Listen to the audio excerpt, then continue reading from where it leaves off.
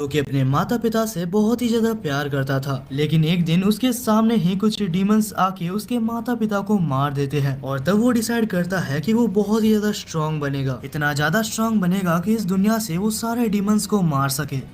Anime की शुरुआत में हमें बताया जाता है कि बहुत टाइम पहले मॉन्स्टर्स और ह्यूमंस के बीच में एक बहुत ही खतरनाक लड़ाई हुई थी और जब वो लड़ाई खत्म होती है तो ह्यूमंस अपनी जान बचाने के लिए एक खुद का शहर बना लेते हैं। वहीं पे दूर कहीं हमें एक सिटी दिखाया जाता है जहाँ पर उस सिटी की प्रिंसेस जिसका नाम सैली था वो उस सिटी के रॉयल गार्ड से बचकर भाग रही होती है क्योंकि उसका सपना है कि वो कभी न कभी इस सिटी से बाहर निकल के बाकी दुनिया देखे। लेकिन सैली के पेरेंट्स नहीं चाहते कि वो यहाँ से बाहर निकले क्योंकि इस सिटी के बाहर काफी ज्यादा खतरनाक मॉन्स्टर्स मौजूद है। वहीं पर हमें दिखाया जाता है कि सैली भागते हुए एक सिटीजन से टकराती है और ये कोई और नहीं हमारा मेन कैरेक्टर है और इसका नाम मीको है। तब सैली कहती है कि प्लीज मेरी हेल्प करो, कुछ गार्ड्स मुझे पकड़ना चाहते हैं और मीको सैली की हेल्प करने के लिए मान जाता है और तभी वहाँ पर गार्ड्स आ जाते हैं और वो मीको को एक लड़की समझ रहे थे। वो कहते हैं कि क्या तुमने यहाँ पर एक येलो हेयर्ड गर्ल को देखा है? मीको कहता है कि मैंने किसी को भी नहीं देखा और तब मीको उन सोल्जर्स को एक रॉन्ग डायरेक्शन बता देता है जिस वजह से वो लोग वहाँ से चले जाते हैं। गार्ड्स के जाने के बाद सैली बाहर आती है और कहती है कि तुम्हारा बहुत बहुत शुक्रिया और तब वो कहती है कि इस एहसान को चुकाने के लिए तुम मेरे साथ चलो, तुम्हें भूख तो जरूर लगी होगी। और इसके बाद हम दोनों को ही किंगडम के पैलेस में देखते हैं जहाँ वो लोग खाना खा रहे होते हैं, जहाँ सैली मीको को कहती है कि मैं एक एडवेंचरर बनना चाहती हूँ ताकि मैं इस पूरे वर्ल्ड को एक्सप्लोर कर पाऊँ। क्या तुम्हारे पास कोई स्टोरीज है क्योंकि तुम भी तो एक एडवेंचरर हो ना? मीको कहता है कि तुम्हें जैसा लगता है बाहर की दुनिया उससे काफी ज्यादा खराब है और जहाँ तक मैंने इस सिटी को एक्सप्लोर किया है इस सिटी में काफी कम मॉन्स्टर्स हैं। बाहर के लोग ऐसी सिटी में जीने के लिए कुछ भी देने के लिए तैयार है, तो आखिर तुम इस सिटी से भागना क्यों चाहती हो? तब सैली कहती है कि मैं बचपन से इसी सिटी में रही हूँ और मैंने आज तक बाहर की दुनिया नहीं देखी। और क्योंकि बात करते करते काफी ज्यादा लेट हो चुका था तो सैली सोने के लिए चली जाती है। और अगले सीन में कैसल के कुछ डिस्टेंस पर हमें दो मॉन्स्टर्स को दिखाया जाता है जो कि चुपचाप अंधेरे में कैसल की तरफ घूर रहे होते हैं। अब हमें अगले सुबह दिखाया जाता है जहाँ पर सैली मीको को खोजते हुए उसके रूम में जाती है और जैसे ही सैली मीको के रूम में एंटर करती है तो वही देख के शॉक थी कि मीको एक लड़का है। उसे इतने देर तक लग रहा था कि मीको एक लड़की है क्योंकि उसके इतने बड़े बड़े बाल है। और इसके बाद मीको उसको अपने सारे एडवेंचर्स के बारे में सैली को बताता है और मीको की इन सारी कहानी को सुनने के बाद सैली कहती है कि मैं जरूर अभी इस शहर से बाहर निकलूंगी और एक एडवेंचर में जाऊंगी। वैसे एक मिनट, मेरे पास एक आइडिया है, क्यों ना मीको मैं तुम्हारे साथ ही तुम्हारे एडवेंचर में चलूं? तब मीको थोड़ा सा सीरियस हो जाता है और कहता है कि तुम मेरे साथ मेरे एडवेंचर में आना चाहती हो, लेकिन मैं जो एडवेंचर करता हूँ वो काफी ज्यादा डेंजरस है और ऐसा भी हो सकता है कि तुम 1 घंटे के अंदर ही मारी जाओ। और मारे जाने की बात को सुनकर शैली बिल्कुल ही चुप हो जाती है और कहती है कि ठीक है, मैं तुम्हारे साथ नहीं जाऊंगी। लेकिन तब मीको वहाँ से जाते हुए कहता है कि मैं बस मजाक कर रहा हूँ। अगले सीन में हमें सैली के फादर यानी कि प्रिंस को दिखाया जाता है और जब प्रिंस बैठे हुए थे तब प्रिंस से मिलने के लिए वहाँ पर एक मॉन्स्टर आता है और ये वही मॉन्स्टर है जो कि कल रात को हमें छत पर दिखाया गया था। तब वो मॉन्स्टर प्रिंस से कहता है कि मैं तुम्हारे साथ लड़ाई नहीं चाहता, मैं यहाँ पर एक सौदा करने के लिए आया हूँ और मेरा सौदा ये है कि तुम हर रोज हमको 30 ह्यूमन बॉडीज दो और बदले में हम तुम्हारी सिटी में किसी को भी हार्म नहीं करेंगे। और ये सुन के वहाँ पर मौजूद सारे गार्ड्स काफी ज्यादा गुस्सा हो जाते हैं और उसके ऊपर स्वॉर्ड रख देते हैं। लेकिन तब वो मॉन्स्टर सारे गार्ड में से एक गार्ड को मार देता है और ये कहते हुए चला जाता है कि प्रिंस अच्छे से सोच के बताना क्योंकि ये ऑफर मैं बार बार नहीं देने वाला। अब ये सब होने के बाद अगले सीन में हम मीको और सैली को देखते हैं जो कि वहाँ से जा रहे थे और जब वो मॉन्स्टर वहाँ से नीचे गुजरता है तब वो मीको को देखता है और मीको को देख के उसे काफी ज्यादा डर लगता है। उसको देखते साथ ही वो किंगडम से बहुत ही जल्दी भाग जाता है, लेकिन वहीं पर हमारे मीको ने भी उस मॉन्स्टर को देख लिया होता है। अगले सीन में हम प्रिंस को देखते हैं जो कि सैली को बुलाता है और कहता है कि अभी बिल्कुल भी बाहर मत निकलना। और इससे पहले कि सैली कुछ बोल पाती बाहर से बहुत सारे आवाजें आने लगती है और जैसे ही वो लोग बाहर देखते हैं तो वो लोग देखते हैं कि बाहर बहुत सारे मॉन्स्टर्स हैं।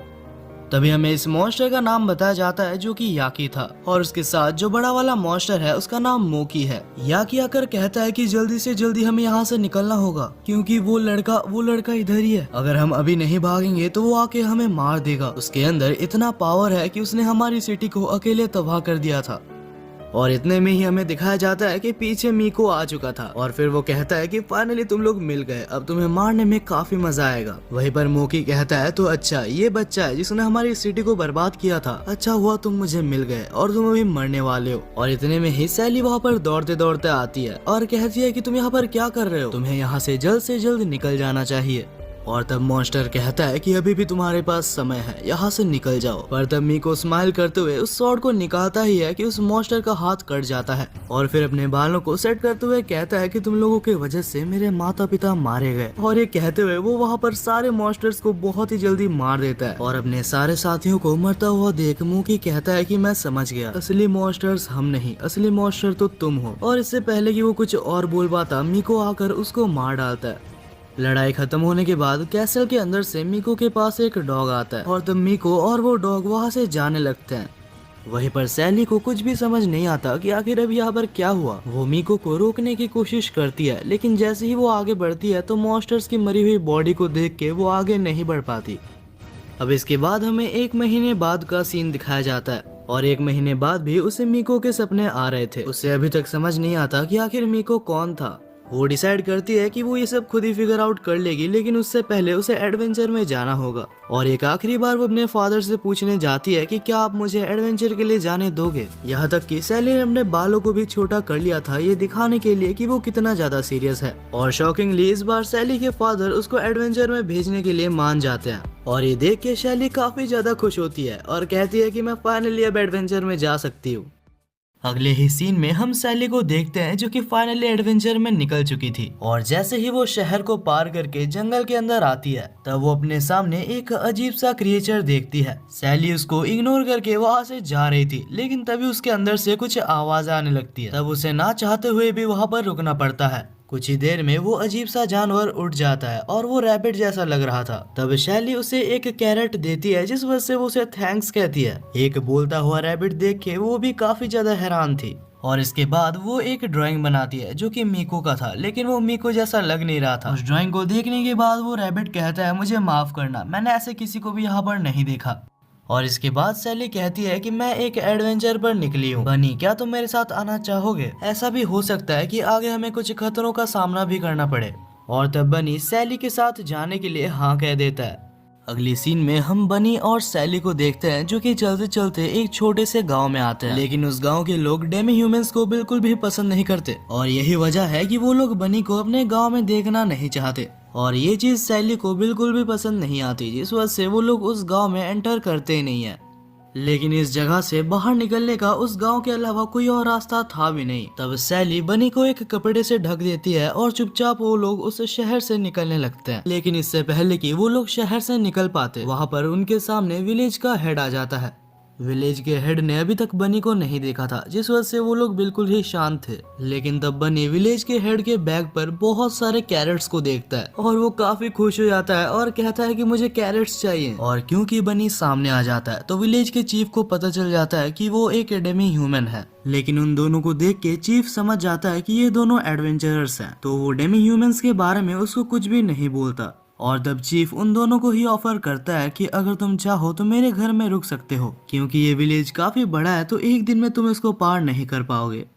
उसी रात हम दोनों को ही चीफ के घर में देखते हैं जहाँ पर बनी को अपना रूम दिखाने के बाद चीफ सैली को उसका रूम दिखाने के लिए उसके साथ जा रहा होता है। और तब वो सैली को कहता है कि बहुत सालों पहले की बात है, इस विलेज के ऊपर मॉन्स्टर्स का हमला हो गया था और इस विलेज के काउंटलेस लोगों को मॉन्स्टर्स ने मार दिया था। लेकिन तब कहीं से एक लंबे बालों वाला लड़का आता है। वो एक एडवेंचरर था जो कि काफी ज्यादा स्ट्रॉन्ग था और वो हमारे विलेज को बचा लेता है। और उसके बारे में सुन के सैली को पता लग जाता है कि ये और कोई नहीं मीको है। तब वो कहती है तो क्या आपको पता है कि वो एडवेंचरर अभी कहाँ पर गया है? तब चीफ कहता है कि मुझे इसके बारे में कुछ भी नहीं पता, मैं तो उसको थैंक्स तक नहीं कह पाया। वो यहाँ के सारे मॉन्स्टर्स को मारने के बाद चुपचाप यहाँ से निकल गया था और यही वजह है कि मैं सारे एडवेंचरर्स की बहुत ही ज्यादा रिस्पेक्ट करता हूँ। तब सैली पूछती है कि आखिर आप लोग डेमी ह्यूमन से इतना ज्यादा नफरत क्यों करते हो? तब चीफ कहता है कि डेमी ह्यूमंस भी एक तरह के डीमंस होते हैं। हालांकि वो लोग अच्छे दिखने के नाटक करते हैं लेकिन अंदर से उनका मन कभी भी अच्छा नहीं होता। इस टॉपिक पर सैली और ज्यादा बात नहीं करती और उस रात वहाँ पर ही सो जाती है।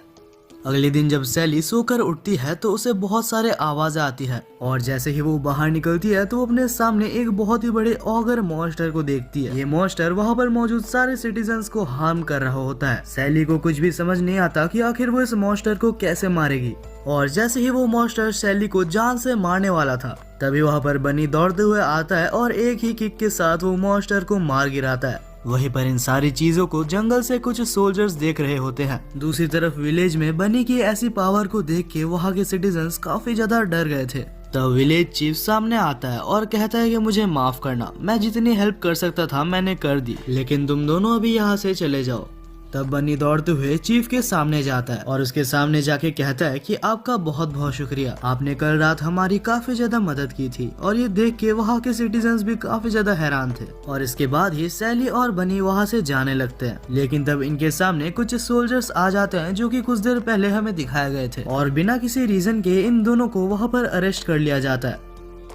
और इसके बाद ही हमें सैली और बनी को दिखाया जाता है जो कि जेल के अंदर थे और तभी वहाँ पर हेड ऑफिसर आता है और आने के बाद उन दोनों को ही जेल से निकालने के बाद वो कहता है कि मेरा नाम हॉक्स है और हमारी मेन विक्टिम ये डेमी ह्यूमन है। इसकी पावर देख के हमें लगा कि ये कभी भी खतरा बन सकती है और क्योंकि तुम भी इसी के साथ थी इसलिए तुम्हें हमने पकड़ा है। लेकिन थोड़ी सी इन्वेस्टिगेशन करने के बाद और उन विलेजर्स से बात करने के बाद उन्होंने बोला कि बनी एक बहुत ही अच्छा डेमी ह्यूमन है और यहाँ तक कि बनी ने विलेजर्स को डीमन से भी बचाया है। और तब हॉक्स को पता लगता है कि बनी बिल्कुल भी बुरी डेमी ह्यूमन नहीं है और क्योंकि हॉक्स ने बेवजह दोनों को अरेस्ट किया था तो एक ट्रीट देने के लिए वो लोग दोनों को ही एक सिटी में ले आते हैं। तब हॉक्स कहता है कि इस सिटी को रिंडेरी सिटी के नाम से जाना जाता है। वहीं पे उस सिटी के बाहर हम दो मॉन्स्टर्स को देखते हैं। यहाँ पर एक मॉन्स्टर जो कि लड़की है उसका नाम मैरी था और इस बड़े वाले भालू जैसे मॉन्स्टर का नाम जेड है और ये दोनों ही प्लान कर इस सिटी के अंदर कब्जा करने का सोच रहे हैं। लेकिन इस सिटी के आउटर वॉल्स काफी ज्यादा स्ट्रॉन्ग है जिस वजह से कोई भी मॉन्स्टर इसके अंदर एंटर नहीं कर पाता। तब मैरी अपने फुल पावर का यूज करते हुए एक आइस का सेक्रीफाइस कर देती है जिससे कि सिटी के आउटर वॉल में एक बहुत ही बड़ा होल हो जाता है। हालांकि इतना ज्यादा माना यूज करने की वजह से मैरी का साइज छोटा हो जाता है। तब जेड कहता है कि बाकी का मैं संभाल लूंगा, तुम इतने कम माना के साथ फाइटिंग नहीं कर सकती। ये कहकर जेड वहाँ पर मौजूद सारे सिक्योरिटी गार्ड्स को मार देता है और जैसे ही वो अंदर जाता है तो सामने उसे सैली दिखती है। नहीं पता क्यों लेकिन सैली अपने कंट्रोल पे नहीं थी, ऐसा लग रहा था कि किसी ने उसको हिप्नोटाइज कर दिया है। और तब सैली जेड की तरफ बढ़ रही होती है लेकिन तब बनी आता है और जेड को दूर हटा देता है और कहता है कि जल्द से जल्द यहाँ से निकल जाओ, मुझे नहीं लगता कि मैं इसे ज्यादा देर तक होल्ड बैक कर पाऊंगा। और तभी सैली अचानक से होश में आ जाती है और हॉक्स उसको ले जाता है। दूसरी तरफ बनी अपने पूरे स्ट्रेंथ से लड़ रही होती है लेकिन फिर भी वो उसको हरा नहीं पाती। बहुत कोशिश करने के बाद भी जेड उसको पकड़ लेता है। बनी के हमलों का उसके ऊपर कोई भी असर नहीं हो रहा था और देख के ऐसा लग रहा था कि बनी काफी जल्दी मरने वाली है।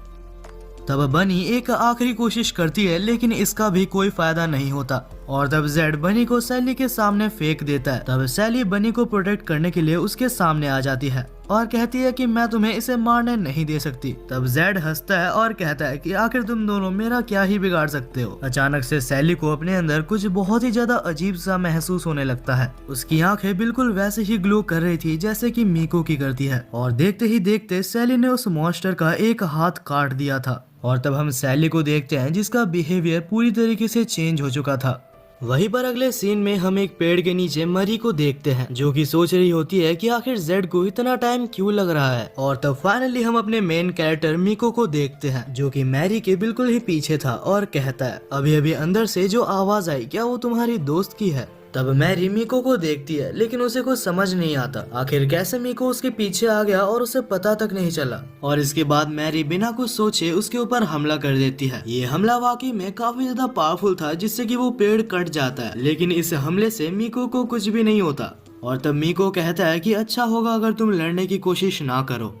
वहीं पर दूसरी तरफ हम जेड को देखते हैं जो कि काफी जोर जोर से हंस रहा था और कहता है कि फाइनली मुझे इतने दिनों बाद कोई ऐसा मिला जो कि मुझसे लड़ सकता है। कहता है कि शैली ने उसके अटैक को आराम से रोक लिया था। वहीं पर दूसरी तरफ हम मीको को देखते हैं जो कि मैरी के साथ बैठा होता है। तब मैरी पूछती है कि क्या तुम वही ट्रेवलर हो जो कि सारे मॉन्स्टर्स को शहर शहर जाके मार रहा है। तब मीको कहता है कि तुम्हें अगर मेरे बारे में पता ही है तो मैं तुम्हें एक क्वेश्चन करना चाहता हूँ। क्या मैं पूछ सकता हूँ कि आखिर तुम और तुम्हारे दोस्त इस शहर के लोगों को क्यों मारना चाहते हैं। तब मैरी कहती है कि इन सब के पीछे बस एक ही रीजन है, इंसानों ने लड़ने के बाद अपना अपना किंगडम बना लिया और चैन से रहते हैं, लेकिन उन्होंने कभी भी हम जैसे मॉन्स्टर्स यानी कि ऑगर्स के बारे में नहीं सोचा। हम इंसानों के ऊपर हमला बस इसीलिए करते हैं क्योंकि हमारे पास रहने की जगह तक नहीं है। और अब ये सब बातें मीको को बताते हुए उसकी माना पूरी तरीके से रिस्टोर हो चुकी थी और मैरी अभी पूरी तरीके से अपने ओल्ड फॉर्म में वापस आ चुकी थी। और तब वो अपने माना को रिलीज करते हुए कहती है कि मुझे माफ कर देना, लेकिन तुम मॉन्स्टर्स के लिए एक खतरा हो और हमारी भलाई के लिए हमें तुम्हें यहीं पर मारना होगा। तब मीको कहता है कि तो तुम मुझे मारना चाहती हो, मुझे लगा था कि पहली बार मुझे कोई अच्छा मॉन्स्टर मिला है, लेकिन कोई बात नहीं, अगर तुम मुझे मारना ही चाहती हो तो ट्राई करके देख लो। वहीं पर दूसरी तरफ जेड ने भी ये सेम स्टोरी सैली को भी बताई थी और तब जेड अपना सबसे ज्यादा स्ट्रॉन्गेस्ट हमला यूज करता है, ये कहकर कि तुम्हें मारना काफी ज्यादा इम्पोर्टेंट है। वो हमला इतना ज्यादा स्ट्रॉन्ग था कि वो बिल्कुल कैसल को तोड़ते हुए बाहर आता है और वो हमला इतना ज्यादा पावरफुल था कि मैरी का ध्यान भटक जाता है और टाइम देखकर मीको उसके ऊपर हमला कर देता है, हालांकि वो बस उसकी परछाई थी। तब मैरी कहती है कि तुम मेरे पीछे पड़े हो, लेकिन क्या तुम अपने दोस्तों को नहीं बचाना? मुझे नहीं लगता कि जेड से वो लोग ऐसे ही जीत पाएंगे।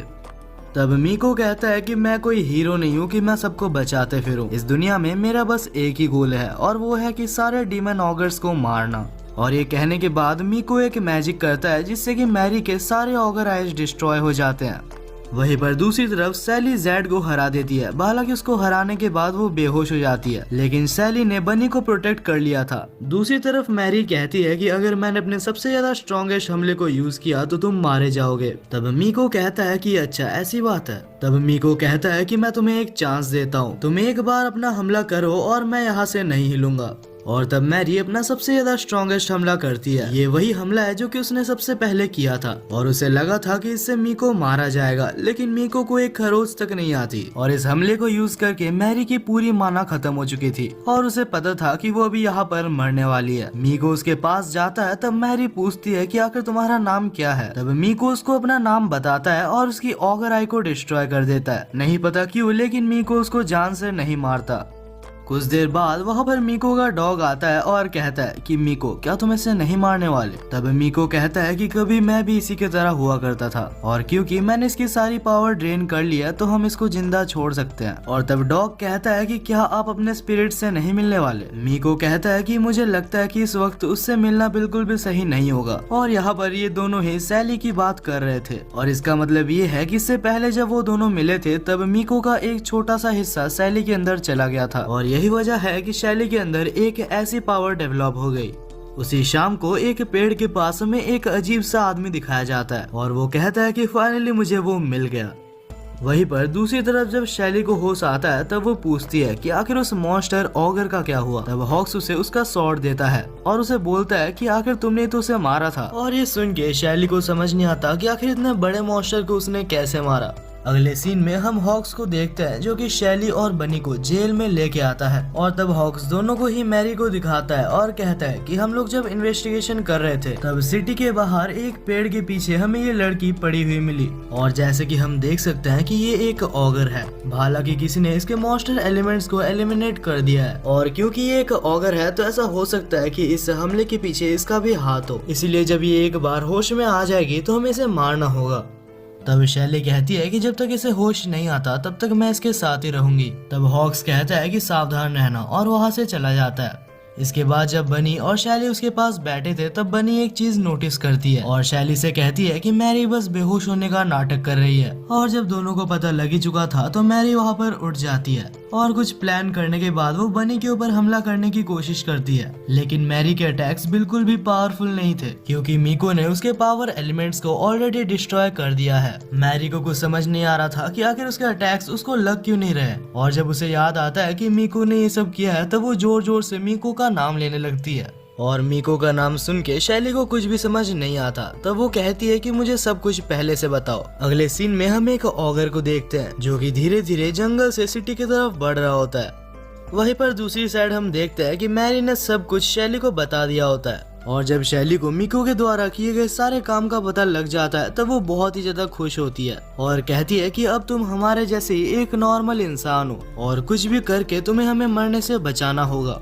अगले सीन में हमें हॉक को दिखाया जाता है जो कि अपने कैबिनेट में बैठा होता है और तब उसके पास कुछ गार्ड्स आते हैं और कहते हैं कि वो मैरी नाम की ऑगर यहाँ से भाग चुकी है और इस प्लान में आपके दोनों ही दोस्त शामिल है। हॉक को विश्वास नहीं होता कि ऐसा भी कुछ शैली और बनी कर सकते हैं। उन तीनों को ही पकड़ने के लिए हॉक वहाँ से बाहर निकलता है और देखता है कि तीनों ही वहाँ से भाग रहे थे। उन्हें रोकने के लिए हॉक उनके सामने आ जाता है, लेकिन तब बनी दौड़ते हुए आती है और हॉक को साइड हटा देती है। हॉक उन्हें रोकने की सारी कोशिश करता है, लेकिन वो तीनों वहाँ से भाग रहे होते हैं। इससे पहले कि हॉक फिर से उनके पीछे जा सकता, वहाँ पर एक बहुत ही बड़ा हमला होता है और ये हमला इतना ज्यादा बड़ा था कि बस एक हमले से ये पूरी सिटी तबाह हो चुकी थी। हॉक अपने सामने पूरी सिटी को तबाह होता हुआ देख कुछ भी समझ नहीं पाता और तब मैरी को एक बहुत ही ज्यादा स्ट्रेंज सी फीलिंग महसूस होती है और तब ऊपर हम एक हाई लेवल ऑगर को देखते हैं। इस हाई लेवल ऑगर का नाम हमें साइमन बताया जाता है और इस टाइप के ऑगर्स के अंदर इनसेन लेवल की स्ट्रेंथ होती है। तब साइमन मैरी से पूछता है कि आखिर तुम इन ह्यूमंस के साथ क्या कर रही हो।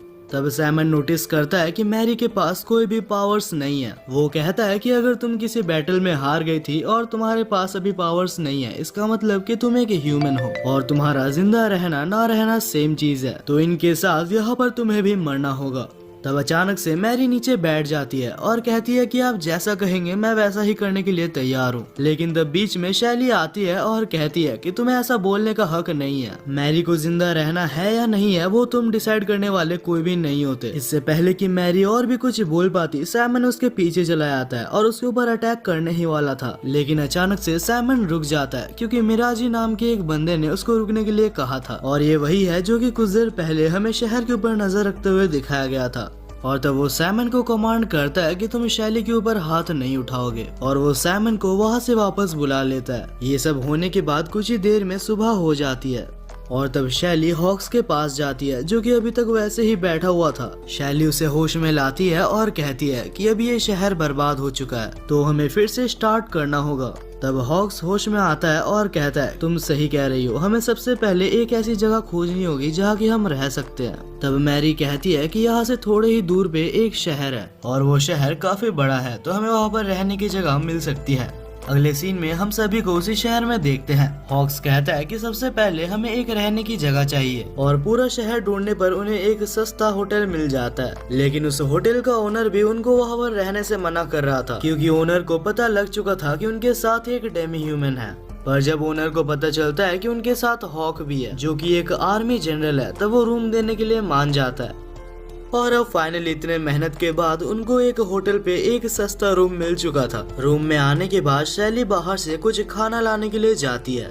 वहीं पर हॉक काफी ज्यादा दुखी और बहुत ही ज्यादा डिप्रेस हो रहा था क्योंकि उसे बिल्कुल भी समझ नहीं आ रहा था कि आखिर वो भी क्या करेगा। तभी अचानक से हॉक के पास बनी आती है और कहती है कि चिंता मत करो, सब कुछ ठीक हो जाएगा। और बनी के मुंह से ये सारी बातें सुनने के बाद वो काफी ज्यादा मोटिवेटेड और बहुत ही अच्छा फील करने लगता है। कुछ ही देर में जब हॉक भी बाहर कुछ काम से जाने लगा था